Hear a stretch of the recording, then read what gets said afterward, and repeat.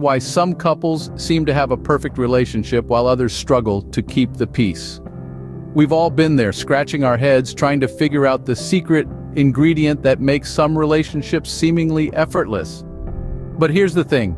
Relationships are intricate webs of emotions, understanding, and compromise. They're not always as picture-perfect as they appear on the surface. The truth is, every relationship has its dynamics influenced by a myriad of factors.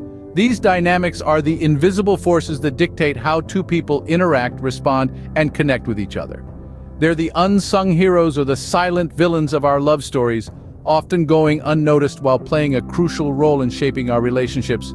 If you're finding our content helpful, consider supporting us by making a donation through the link in the description. Your support helps us create more insightful videos like this one. Thank you. Continuing on, imagine relationship dynamics as the rhythm of a dance. When both partners move in sync, understanding each other's steps, the dance is harmonious and beautiful. But when they step on each other's toes or move out of rhythm, that's when the dance gets clumsy. It becomes a struggle. That's exactly what happens in relationships. The dynamics can either create a harmonious connection or a discordant one, depending on how well partners understand and adapt to them. What exactly influences these dynamics, you ask? Well, it could be a range of things, from personal traits to past experiences, from emotional intelligence to external factors. Some of these factors are within our control, while others are not. But acknowledging their existence and impact is the first step towards understanding the intricacies of relationships. So, the next time you find yourself marveling at a perfect relationship or wondering why a relationship is facing turbulence, remember the unseen dynamics at play. Remember that every relationship dances to its own unique rhythm, and that's okay. It's not about having a perfect relationship, it's about understanding and navigating the dynamics to create a harmonious dance. Understanding these dynamics could be the key to unlocking a happy and healthy relationship. So let's dive deeper into these dynamics and explore how we can better understand and navigate them in the following scenes. Stay tuned. So what really shapes the dynamics of a relationship? Well, psychology has a lot to say about this.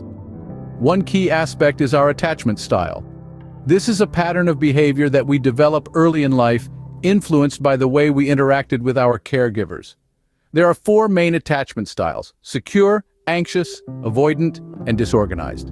For instance, people with a secure attachment style feel comfortable with intimacy and are usually warm and loving, whereas those with an avoidant attachment style may struggle with closeness and dependability. Let's consider the case of John and Jane, a couple who've been married for over 5 years. John has a secure attachment style. He's always been confident in his relationships, tends to be open and understanding. On the other hand, Jane has an anxious attachment style. She often fears rejection and tends to need constant reassurance of John's love. This is where communication patterns come into play. Successful communication in a relationship means understanding and respecting these different attachment styles. John, for example, being aware of Jane's anxious attachment style, makes an effort to provide her with the reassurance she needs. He makes it a point to express his love and commitment regularly, ensuring Jane feels secure in their relationship. Finally, we can't overlook the influence of past experiences. Jane's anxious attachment style, for instance, can be traced back to her childhood where she experienced inconsistent care from her parents.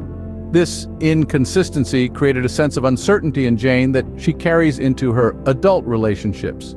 John and Jane's case is a perfect illustration of how these psychological aspects shape a relationship's dynamics. Their relationship isn't perfect, but by understanding each other's attachment styles and communicating effectively, they've been able to navigate their differences. As we can see, our past experiences and the way we communicate play a significant role in our relationships.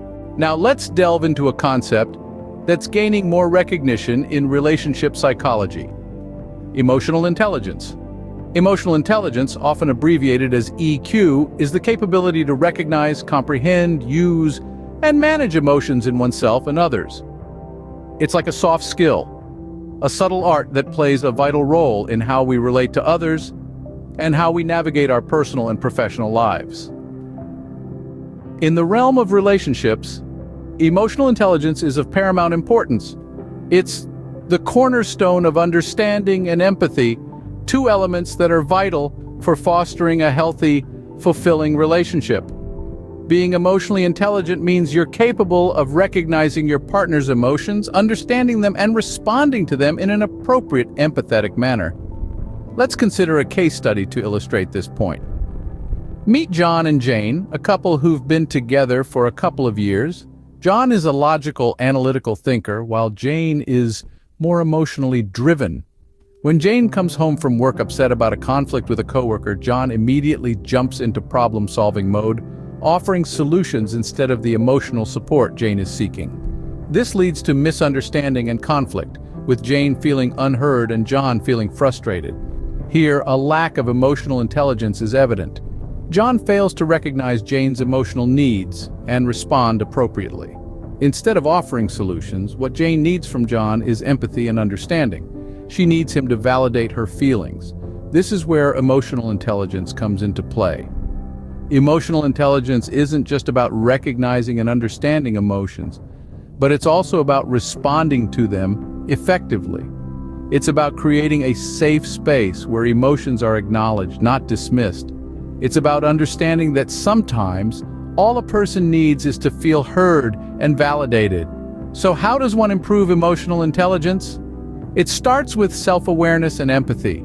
It requires patience, practice, and a willingness to step outside of your comfort zone. It's about learning to listen, not just with your ears, but with your heart. Improving emotional intelligence can be a game changer in maintaining a harmonious relationship.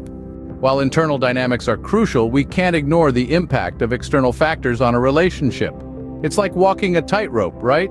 Balancing the internal emotional exchange with the external pressures that can tip the scales. Take work stress, for instance. It's a silent intruder, creeping into our personal space after office hours. It's the late-night emails, the early morning conference calls, the never-ending deadlines. They all add up, don't they? They pile up until the line between work and home blurs, and before you know it, your relationship becomes an extension of your office. Now let's take a look at a case study. Meet John and Lisa.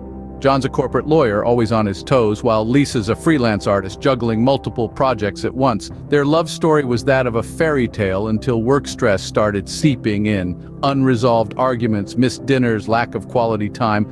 The work stress started showing its colors. And then there's the financial pressure, another silent relationship killer. For John and Lisa, it was the differences in their incomes. The disparity created a chasm, a power imbalance that began to erode their relationship bit by bit. Social pressures, too, play a significant role. The societal expectations, the judgmental neighbors, the gossiping friends, they can all take a toll on a relationship. In the case of John and Lisa, it was the pressure to start a family, the constant questioning, the societal expectations. It was a burden they weren't ready to take on. But here's the thing, external factors will always exist. They are a part of life. The key lies in managing them, in keeping the balance intact. It's about setting boundaries, about knowing when to switch off the work mode, about discussing financial issues openly, about standing up against societal pressures. John and Lisa learned it the hard way. They realized that to keep their relationship healthy, they needed to navigate these external pressures, to set their priorities straight, to communicate, and most importantly, to not let these factors dictate their relationship. Navigating these external pressures is a part of maintaining a healthy relationship. It's not easy, but it's worth it.